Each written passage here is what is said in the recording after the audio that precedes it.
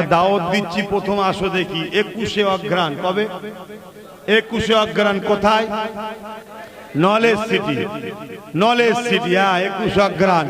আপনাদের এলাকার অনেক ছেলে আমার নলেজ সিটিতে পড়ছে, আপনারাও পাঠাবেন। পুলিশের ছেলেরা পড়ে, খাতরা তোমার এলাকাও প্রচার করবে, ছেলেদেরকে পাঠান। 4 থেকে 8 ক্লাস পর্যন্ত চালু হয়েছে, এক এক বছরে এক একটা ক্লাস বাড়বে। 2027 থেকে ইংলিশ মিডিয়াম স্কুলও চালু হবে এবং গার্লস স্কুলও চালু হবে। বর্তমান যেটা চালু করেছি সেটা হলো বাংলা মিডিয়াম 4 থেকে 8 পর্যন্ত। আপনাদের সবার কে বলবো নলেজ সিটিটার সাথ দেবেন। 21শে অগ্রহায়ণ যাবেন তো? বলুন ইনশাআল্লাহ। সকাল 10টা থেকে সন্ধ্যের আগে শেষ হয়ে যাবে, কিন্তু গাড়িটা ভাড়া করবেন সন্ধ্যা পর্যন্ত।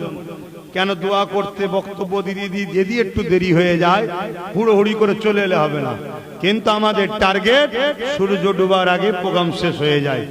এবং আর একটা কাজ আছে, দুপুর ও আসর লক্ষ লক্ষ লোক একসাথে নামাজ পড়বো, তাই সাথে একটা নামাজের মুসাল্লা হোক বা পাক কাপড় হোক নিয়ে যাবেন। কেন? লক্ষ লক্ষ লোকের নামাজের মুসাল্লা ওখানে ব্যবহার কোথা পাবো? আর একটা বড় কাজ আছে, সেটা হলো এটাই, দুপুর বেলার খাবারটা সাথে নিয়ে যেতে হবে। শুনছেন তো? কষ্ট হলো। এটা দরবার নয় তো, দরবার হলে আলাদা কথা, দরবারে গেলে কি ফিরিয়ে দিয়েছি?